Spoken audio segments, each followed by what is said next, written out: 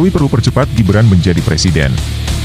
Oleh Asyari Usman, jurnalis senior Freedom News.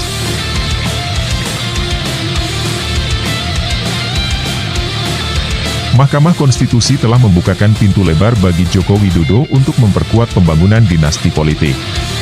Tidak ada hambatan lagi kecuali satu, yakni bagaimana cara supaya Gibran Raka Buming Raka bisa secepatnya naik ke kursi presiden. Hanya itu kendala dinasti Jokowi.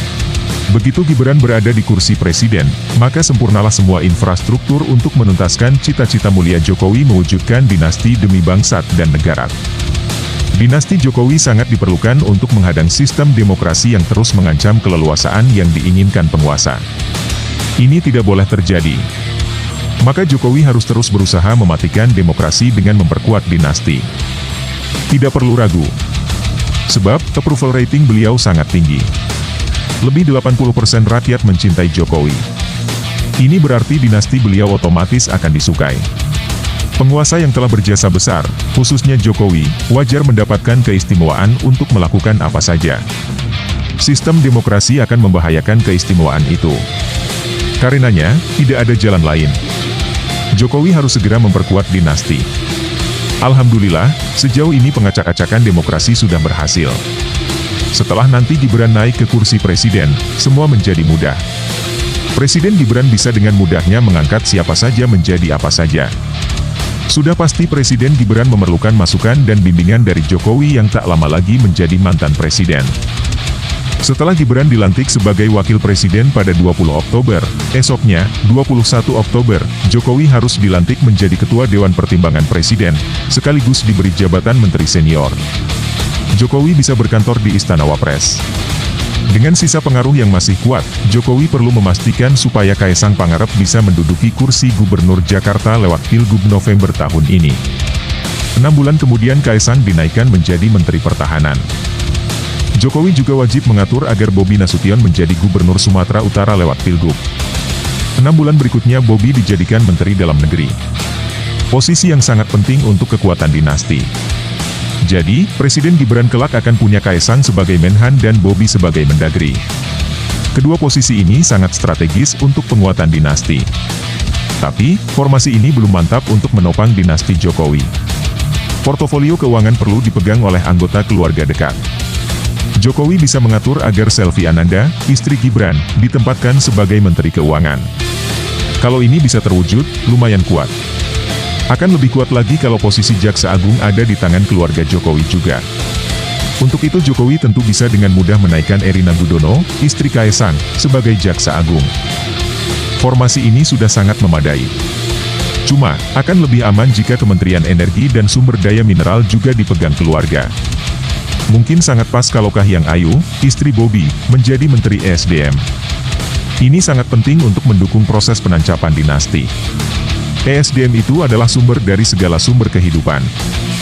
Jadi, di barisan dinasti ada Gibran, Selvi, Kaisang, Erina, Kahiyang, Bobi dan Jokowi. 7 figur kuat dinasti. Untuk memastikan agar kekuasaan dinasti Jokowi tidak terhambat di parlemen atau DPR, maka perlu dikuasai parpol-parpol kunci. Sebagai permulaan, Jokowi akan menjadi Ketua Umum Partai Golkar. Ini sangat gampang. Naikkan kembali kasus Airlangga Hartarto. Setelah berstatus tersangka maka laksanakan Munaslup Golkar. Atur semua, Jokowi pun resmi menjadi Ketua Umum. Kaisang sudah menguasai PSI, tinggal pengadaan kursi mereka di DPR untuk periode 2024 hingga 2029.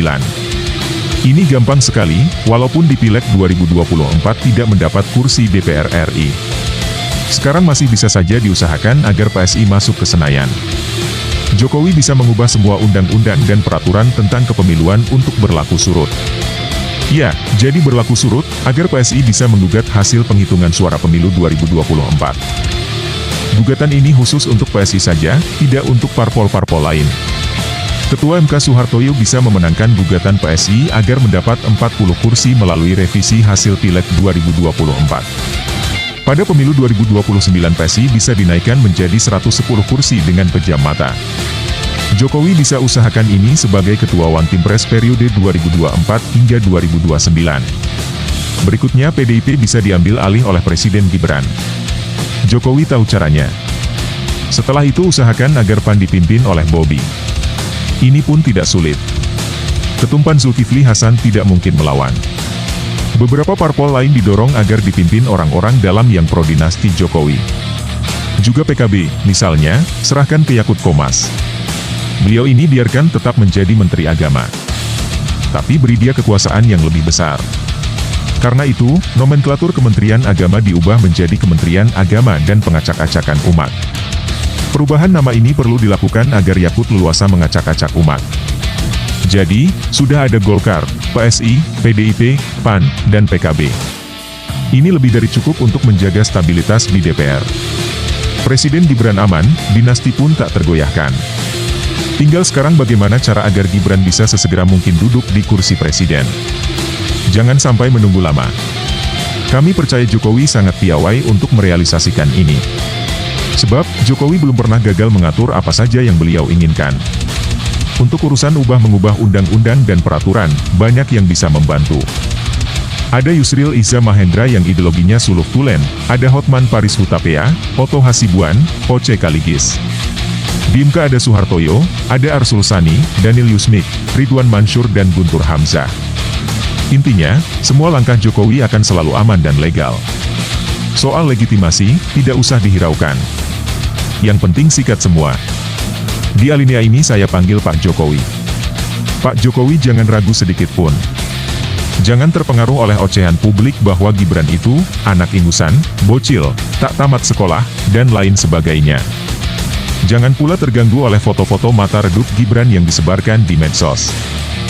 Mereka hanya ingin mengesankan bahwa Gibran itu goblok, tidak tahu apa-apa, bersorot pemakai, dan sebagainya. Pak Jokowi jangan terpengaruh. Gibran itu anak hebat. Beri dia kesempatan. Kalau nanti negara hancur, beri kesempatan kedua. Hancur lagi, coba lagi. Masih hancur juga, coba lagi. Jika misalnya apa yang dikatakan publik tentang Gibran itu terbukti benar, biarkan saja. Tak usah digubris. Pak Jokowi jalan terus. Sekarang, Pak Jokowi fokus saja mempercepat Gibran menjadi presiden.